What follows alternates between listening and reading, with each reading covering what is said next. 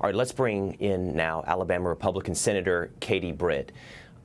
Senator, I know you have young children. I have young children. There's reports that many of the people on this plane were athletes, young athletes, figure skaters, who were part of the many lost. Every life is important, but I'm sure it's easy for you, as it is for me and many others, to put ourselves in these situations and think about what was lost.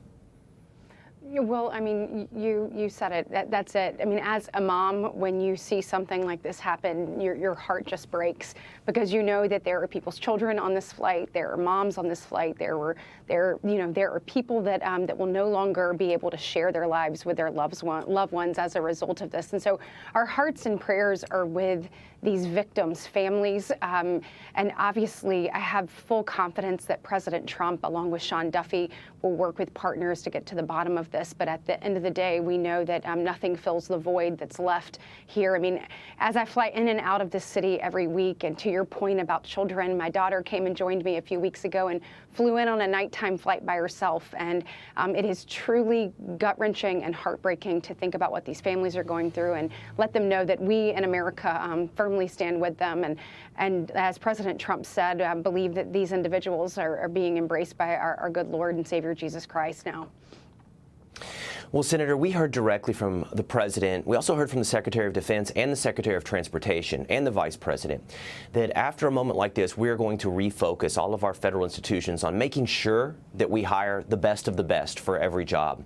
President Trump was just asked about this when he was signing executive orders. He was asked about, hey, you don't know if DEI played a role, so why are you bringing up DEI? Watch what just happened in the Oval Office.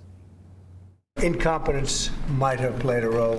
We'll let you know that. But we want the most competent people. We don't care what race they are.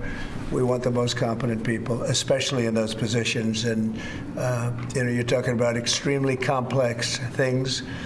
And if they don't have a great brain, a great power of the brain, they're not going to be very good at what they do, and bad things will happen. Senator, I would think, while we don't know if DEI played a role in this incident, we do know that human error did. And DEI is a policy that exacerbates human error. We need to cut out every policy that allows for anything where we maximize the potential for human error. Yeah, well, look, we've talked about this over and over again. President Trump is going to keep America safe. He is going to do everything in his power to make sure that our citizens, no matter where they live, no matter where they are, that their safety and security comes first. And that means making sure that we have the best people in positions to do that. So whether it's our courageous law enforcement officers, whether it's the men and women who are working at the FAA, whether it's our men and women in uniform, we want to make sure that the people who are set to protect our citizens are the best trained, equipped, and ready to do so. And so that's what this is about. You'll continue to see President Trump fulfill his promises from the campaign trail, that those are the things we're going to be putting first. We're going to be putting Americans first. We're going to get back to common sense policies, common sense, which means that we're going to take a look at everything across the board and making sure we're doing what's best for Americans to succeed. So I am thrilled with President Trump's leadership, as you mentioned, J.D. Vance's leadership, and know that it'll only continue the longer that they're here in office.